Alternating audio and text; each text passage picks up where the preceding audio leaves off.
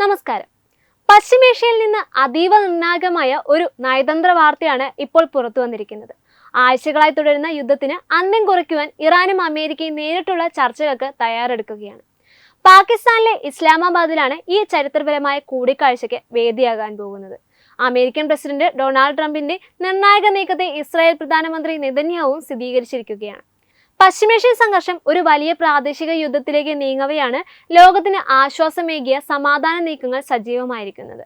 ഇറാനുമായി ഒരു കരാറിലെത്തുവാൻ American president താൽപര്യം പ്രകടിപ്പിച്ചതായി ഇസ്രായേൽ പ്രധാനമന്ത്രി നെതന്യാഹു വ്യക്തമാക്കിയിട്ടുണ്ട്. യുദ്ധം അവസാനിപ്പിക്കുവാൻ അമേരിക്ക ഇതിനോടകം തന്നെ ചില നിബന്ധനകൾ തയ്യാറാക്കിയിട്ടുണ്ടെന്നാണ് റിപ്പോർട്ടുകൾ വരുന്നത്. അമേരിക്ക മുന്നോട്ട് വയ്ക്കുന്ന ചില പ്രധാന നിബന്ധനകൾ ഇവയാണ്. ഒന്നാമതായി പറയുന്നത് ഇറാന്റെ യുറാനിയം സമ്പുഷ്ടീകരണം ഗണ്യമായി കുറയ്ക്കുക എന്നതാണ്. രണ്ടാമത്തേത് ഇറാന്റെ ബാലിസ്റ്റിക് മിസൈലുകൾ പദ്ധതികൾ 5 വർഷത്തേക്ക് മരവിപ്പിക്കുക എന്നതും. ഈ കരാറുകൾ ഇസ്രായേലിന്റെ പൂർണ്ണ സുരക്ഷ ഉറപ്പാക്കുമെന്നും നെതന്യാഹു അവകാശപ്പെടുന്നുമുണ്ട്. എന്നാൽ ട്രംപിന്റെ പ്രസ്താവനകൾ പ്രതീക്ഷിച്ചതിലും വേഗത്തിലാണെന്ന വിലയിരുത്തലിലാണ് ഇസ്രായേൽ ഭരണകൂടമുള്ളത്. അമേരിക്കയെ പ്രതിനിധീകരിച്ച് വൈസ് പ്രസിഡന്റ് JC വാൻസ് ചർച്ചകളിൽ പങ്കെടുത്തേക്കാമെന്നാണ് സൂചന. പാകിസ്ഥാൻ, തുർക്കി, ഈജിപ്ത് എന്നീ രാജ്യങ്ങൾ സംയുക്തമായി ഇരുപക്ഷത്തെയും ചർച്ചകളിൽ എത്തിക്കുവാൻ പിന്നിൽ പ്രവർത്തിച്ചത്.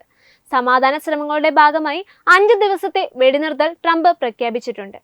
ഇറാൻ ചർച്ചയ്ക്കായി തന്നെ സമീപിച്ചുവെന്നും പല സുപ്രധാന കാര്യങ്ങളിലും ഇതിനോടകം ധാരണയിലെത്തിയെന്നും ട്രംപ് അവകാശപ്പെടുന്നുമുണ്ട്. നയതന്ത്ര നീക്കങ്ങൾക്കിടയിലും യുദ്ധഭൂമിയിൽ സംഘർഷം തുടരുകയാണ്. ലെബനനിലെ UN സമാധാന സേനയുടെ ഓഫീസിന് നേരെ ഷെല്ലാക്രമണം ഉണ്ടായപ്പോൾ ഇസ്രായേലിന് നേരെ ഹിസ്ബുള്ള ആക്രമണം ശക്തമാക്കിയിരുന്നു. മധ്യ ഇസ്രായേലിലെത്തിയ ഇറാനിയൻ മിസൈലുകൾ പ്രതിരോധ സംവിധാനങ്ങൾ തകർത്തെങ്കിലും തെക്കൻ ഇസ്രായേലിലെ അഷ്കലോണിൽ മിസൈൽ അവശിഷ്ടങ്ങൾ വീണ് നാശനഷ്ടങ്ങൾ റിപ്പോർട്ട് ചെയ്തിട്ടുണ്ട്. കരയുദ്ധം നടത്തിയാൽ പേർഷ്യൻ ഉൾക്കടലിൽ വ്യാപകമായ മിസൈലുകൾ വിതയ്ക്കുമെന്ന് ഇറാൻ ഭീഷണിപ്പെടുത്തിയിട്ടുണ്ട്. അതേസമയം അമേരിക്കയുടെ അവകാശവാദങ്ങളെ ഇറാൻ ഔദ്യോഗികമായി തന്നെ നിഷേധിക്കുന്നുമുണ്ട്. കഴിഞ്ഞ 24 ദിവസമായി അമേരിക്കയുമായി യാതൊരുവിധ ചർച്ചകളും നടത്തിയിട്ടില്ലെന്നാണ് ഇറാന്റെ വിദേശകാര്യ മന്ത്രാലയം വ്യക്തമാക്കുന്നത്. ഹോർമൂസ് കടലിടുക്കിന്റെ നിയന്ത്രണം, യുദ്ധപരിഷ്കാരങ്ങൾ തുടങ്ങിയ വിഷയങ്ങൾ ഇറാൻ ചർച്ചകളിൽ ഉന്നയിക്കുവാൻ സാധ്യതയുണ്ട്. നിലവിൽ കരയുദ്ധത്തിന് പദ്ധതിയില്ലെന്നും ട്രംപ് വ്യക്തമാക്കുമ്പോഴും ഏത് സാഹചര്യവും നേരിടാൻ തങ്ങൾ സജ്ജമാണെന്നാണ് ഇസ്രായേൽ സൈന്യത്തിന്റെ നിലപാട്. എന്നാൽ US പ്രസിഡന്റ് ഡൊണാൾഡ് ട്രംപിന്റെ 5 ദിവസത്തെ വെടിനിർത്തൽ പ്രഖ്യാപനത്തിന് പിന്നാലെ ഇസ്രായേൽ പ്രധാനമന്ത്രി ബെഞ്ചമിൻ നെതന്യാഹുവും ട്രംപും തമ്മിൽ ടെലിഫോണിൽ ചർച്ച നടത്തിയിരുന്നു. വെടിനിർത്തലിനുള്ള എതിർപ്പ് ഇസ്രായേൽ പ്രധാനമന്ത്രി പ്രസിഡന്റിനെ അറിയിച്ചുവെന്നും ലക്ഷ്യം പൂർത്തിയാകും വരെ ആക്രമണം തുടരുമെന്നും നെതന്യാഹു വ്യക്തമാക്കിയിട്ടുണ്ടെന്നും റിപ്പോർട്ടുകളുണ്ട്.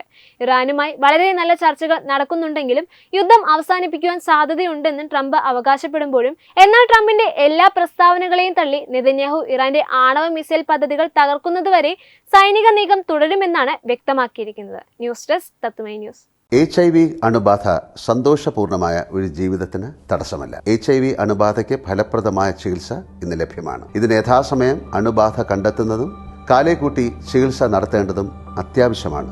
സൗജന്യമായ ചികിത്സയും മാർഗനിർദ്ദേശങ്ങളും സർക്കാർ ആശുപത്രികളിലെ ART അഥവാ ഉഷസ് കേന്ദ്രങ്ങളിൽ ലഭ്യമാണ്. ആരോഗ്യ സംരക്ഷണം ഓരോരുത്തരുടെയും ഉത്തരവാദിത്തമാണ്.